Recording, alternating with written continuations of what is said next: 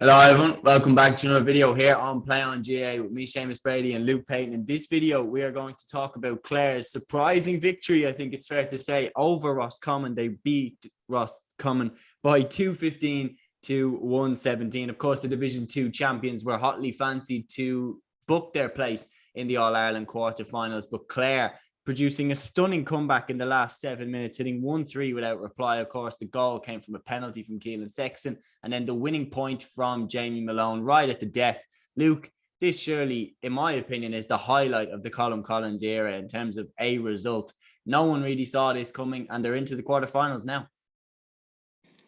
Yeah, well, look, I've got to hold my hands up here and say I never saw this one coming, I don't think. And I don't know, I think maybe I'd probably given, if I have to reflect on it, if I gave Roscommon too much credit, because I think, based off what I'd seen in the league and based off the kind of initial kind of performances, I thought I'd seen enough that they maybe were a top 6 team in the country. And look, for them, look, it's a disaster result. It's a huge real setback after what was up to now a really promising year. But look, for Clare, look, it's a famous enough win, and look, for them, it's not often they go up to Croke Park and get a win in the senior championship. So look, it's a great result for them. And just look, the circumstances they did it in as well, it makes it even more dramatic. And it's in a game where it looked dead and buried, and the whole pattern of the game was going against them too. For that finish to happen, like, it's a remarkable real ending for them to the game. And yeah, look, it's great for football in Clare. And now look, all of a sudden, considering how everyone was given out with the province, Munster will have 3 teams in the All-Ireland quarterfinals. So yeah, they'll be going in as the most represented team and represented province. And I don't think many would have seen that coming. Yeah, no, 100%. I mean, one thing I was really, really impressed with throughout the side was, of course, the quality of the scores they're kicking. I mean, Podge Collins hit a beauty off the outside of the right boot. Then you got 2 lovely points from midfield from Cathal O'Connor.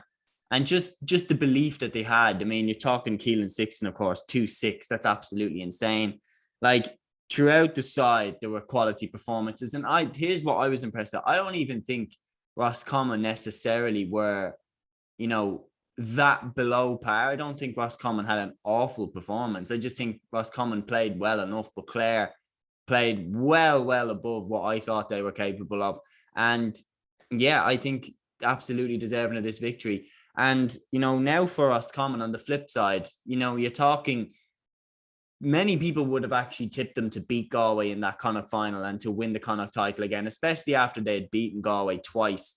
But on the flip side, you're talking there, they lost to Galway and now they've lost to Clare. And from a year that was so promising, is this a bit of a disappointing way to finish it up?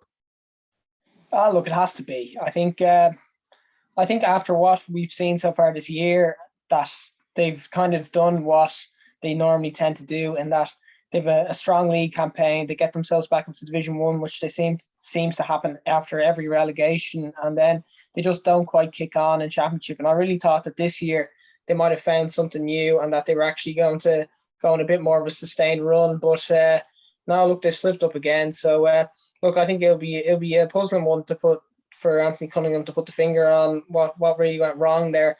The only thing I'll say about them is they have a lot of young talent coming through. I'd expect to see that a lot of that under 20 panel that got to the All-Ireland final, like, that was a very good team that just came up against an Offaly side that were really, really good. And but there's loads of players from that team that haven't made the jump yet. They've been given a year to develop. I'd expect to see more of them involved next year as well. So look, I do think they are going the right direction, but look, it is a big setback for them, considering as well.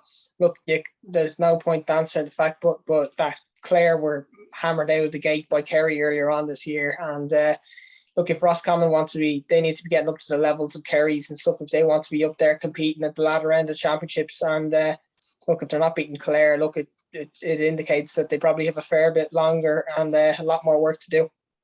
Yeah, and on top of that, of course, Clare knocked out of the Munster Championship by Limerick that time on penalties. I mean, and it's a Limerick side that then lost to Cork. It's a Clare side that I thought they were starting to kind of dip a little bit in terms of their standards. I thought that the likes of the players that they'd lost, the Gary Brennans, the Aaron Fitzgeralds, and David Tubridy, of course, coming towards the twilight of his career, I thought, look, they're not what they used to be. But to go and take a scalp like this against the Roscommon side that was so hotly fancied to go into the quarterfinals, in my opinion, it's the most impressive result of Colm Collins' reign.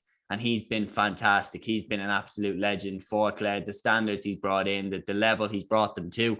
And yet they go on to the quarterfinal now against one of Galway, Derry, Kerry, and Dublin. And which out of those four now, if you're in the Clare camp, which of the four there would you give them the most chance of going up against?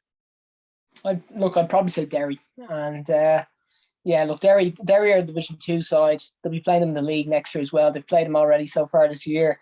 And look, Derry, with the style that they play, kind of like they're not going to go out and just try an all-out blitz you. So look, they'll be able to make to keep it as a game. I think I'd be pretty confident if they drew Derry that look, they're not going to get destroyed by them. Obviously, look, Derry will be heavy favourites to win. I think that they would beat them by probably about 7 or 8.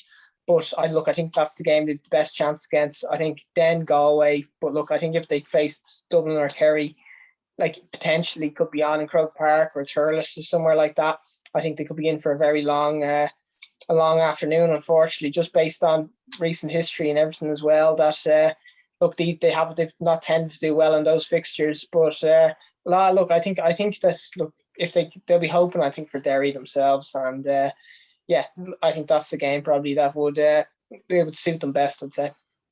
Yeah, I agree. I think styles make fights, and I think if they come up against a Galway, Kerry, or Dublin that are a very trigger happy team that will go for the kill a lot, Derry will tend to grind out a result, and there is a chance in a game like that. I mean, all you have to do is look at Monaghan versus Fermanagh in 2018 when Fermanagh just sucker punched Monaghan towards the end of the game and got that goal. Once you keep the score down, there's always a chance of a late surge and a late comeback. And I think that's the game. Whereas Galway and Kerry and Dublin, I think they just go for the kill right from the jump, and it could be pretty ugly.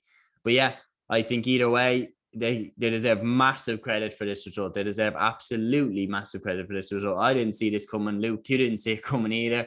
So on to the next round for Clare. First quarterfinal appearance since 2016, and I definitely didn't see it coming. Big congratulations to Colm Collins. Big congratulations to Clare. Please smash the like button and subscribe. And until the next episode, guys, here on Play on GAA, take care.